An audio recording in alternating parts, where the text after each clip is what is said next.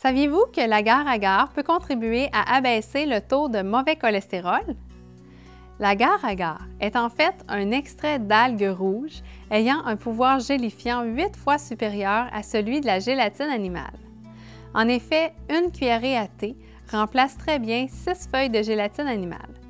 L'agar-agar est constitué à 80 de fibres solubles. Ces fibres, au contact de l'eau ou du liquide dans l'estomac, forment une gelée qui attire les molécules de gras indésirables et les élimine via les selles. Certaines personnes l'aiment aussi parce qu'il a un effet laxatif et qu'il procure une sensation de satiété plus rapidement, ce qui diminue l'apport alimentaire et favorise la perte de poids. L'agar-agar est utilisé depuis des centaines d'années en cuisine. Il est conseillé pour les personnes diabétiques ou avec hypercholestérolémie. Il existe en poudre, en barre ou en paillettes.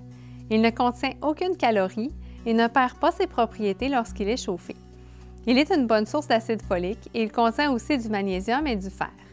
Il suffit de mélanger l'agar-agar dans un liquide froid, puis on porte à ébullition de 30 secondes à 1 minute. C'est lors du refroidissement que la gélification se fait.